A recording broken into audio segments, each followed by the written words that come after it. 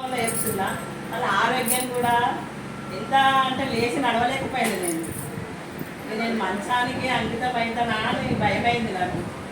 ఇక అన్నపూర్ణ లలిత శాస్త్రం చదవాలి మంచిది అంటే మండలికి చదువు పెట్టినా ఇంట్లో చదువు అయితే చాలా చేసిన కాంచి ఆ అమ్మ మనకు ఎప్పుడు నీడలా ఉంటుంది.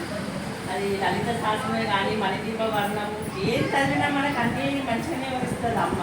అంతకు బరకత్ అంటారు చూడు, అంతకు బరకత్ ఉంటుంది. పూజలు చేస్తే గుళ్ళకు పోతే మంచిగా ఉంటుందని ఎందుకంటే పెద్ద మనుషులు అందరు వారానికి ఒకసారి అన్న గుడికి పోవాలి రా అంటుండే మా నాయనమ్మ. శనివారం అన్న ఇక్కడ చిన్నగా ఉండే వెంకటేశ్వర్లో అప్పుడు చిన్నగా ఉన్నప్పుడు అరే అలా దేవుడే కనబడదే అమ్మ అంటే ఇట్లా వంగి మనం మొక్కుతా మనకు ఆశీర్వాదంటే నవ్వుతుంటే మేము నిజంగా ఆ దేవుడే ఇవాళ మనకి ఇంత పెద్ద గుడి కట్టించారు. 40-50 ఏళ్ళకి అయింది.